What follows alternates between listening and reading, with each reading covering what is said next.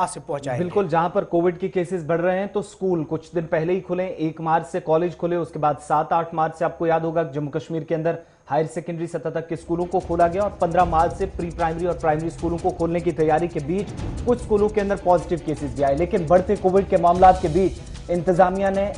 जहां पर नई गाइडलाइंस को जारी कर दिया है और एनडीएमए सेफ्टी गाइडलाइंस जो है जो सभी स्कूलों के अंदर अब इनको लागू किया जाएगा। वादी के सभी सीईओज को हिदायत दी गई है कि वो एसओपीज पर सख्ती के साथ अमल दरामद कराएं,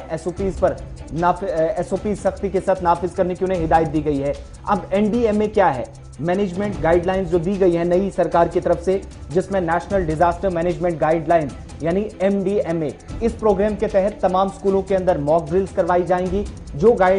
गाइडलाइंस डिजास्टर मैनेजमेंट की होती हैं उसी हिसाब से काम होगा। मॉक ड्रिल में क्या होगा कि बच्चों को भी तैयारी दी जाएगी और एक अमले को भी तरबियत फराहम की जाएगी मुख्तलिफ स्कूलों के अंदर, ताकि इमरजेंसी के केसेस में या एसओपीज पर अमल दरामद करते हुए कोविड के केसेस को कम कैसे स्कूलों के अंदर किया जाता है, नंबर 1। नंबर 2, मॉक ड्रिल्स के साथ सरकार की तरफ से सैनिटेशन का जो प्रोग्राम है या सेंसिटाइज करना है पूरे एरिया को, स्कूल को, पूरे कॉम्प्लेक्स को, अहाते से साफ सफाई का निजाम कैसे उसको यकीनी बनाया जाए, इस पर मॉक ड्रिल के साथ साथ जो टीम तश्कील दी जाएगी यानी जो तरबियत जिस अमले को फराहम की जाएगी उसको जिम्मेदारी दी जाएगी। तीसरी चीज, इन नई गाइडलाइंस के तहत यानी national disaster management authority NDMA की जो गाइडलाइंस हैं, जो आप देखते हैं कि कहीं पर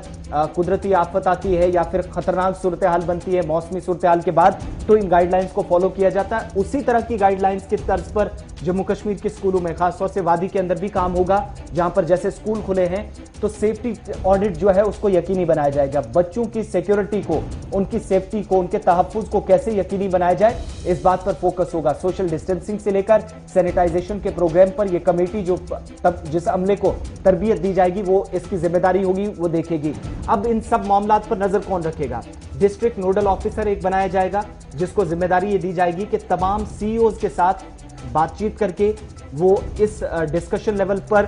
डिस्कशन करके इस लेवल पर इंतजामात क्या किए गए हैं, किस स्कूल के अंदर, किस जोन के अंदर क्या तैयारियां की गई हैं, सीईओज के पास सारी जानकारी होनी चाहिए, यानी चीफ एजुकेशन ऑफिसर। और वो जोन्स की जानकारी होगी जो जिले के अंदर एक नोडल ऑफिसर तैयार किया गया है, उस नोडल ऑफिसर की जिम्मेदारी होगी कि तमाम तरह के हालात और उनकी तैयारियां या फिर जायजा लेने के बाद आला सतह पर जो कमेटी है जम्मू कश्मीर इंतजामिया या जिस फ्रेमवर्क के तहत तैयारियां इंतजामी उमूर चलाने वाले अफसरान कर रहे हैं, उसके सामने स्कूलों के अंदर जो सूरत हाल है वो रखी जाएगी। एक आखिरी पॉइंट, सरकार की तरफ से सभी सीईओज जो हैं, चीफ एजुकेशन ऑफिसर, उनको डायरेक्शंस दी गई हैं कि ये जो गाइडलाइंस हैं यानी एनडीएमए की गाइडलाइंस जो हैं इंप्लीमेंटेशन इनकी यकीनी बनाई जाए, इनको लागू किया जाए। नेशनल डिजास्टर मैनेजमेंट गाइडलाइंस तमाम स्कूलों के अंदर और इनकी मॉनिटरिंग प्रॉपर तरीके से डिस्ट्रिक्ट नोडल ऑफिसर सभी डिस्ट्रिक्ट के अंदर वैली में करेगा और उसके बाद आला हुकाम तक तमाम तफसीलात पहुंचाई जाएंगी। यानी इंतजामिया ने सभी इकदाम किए हैं और इंतजामिया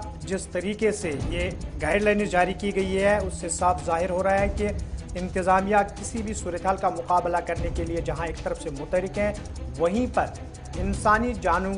की हिफाजत को यकीनी बनाने के लिए और तलबा की हिफाजत को यकीनी बनाने के लिए इंतजामिया संजीदा है। इस बीच वालिदैन और आम लोगों पर भी फ़र्ज बनता है कि अगर इंतजामिया इस कदर मुतहरिक हो चुकी है तो अवाम को इंतजामिया का ताउन करना होगा, तभी इस मुहल्लिक वबा से हम दूर रह सकते हैं। क्योंकि जिस तरीके से मामलात बढ़ रहे हैं उससे कहीं ना कहीं खदशा इंतजामिया और सरबराहान के अंदर हो चुका है और इस खदशे के मद्देनज़र ऐसे इक़दाम किए जा रहे हैं।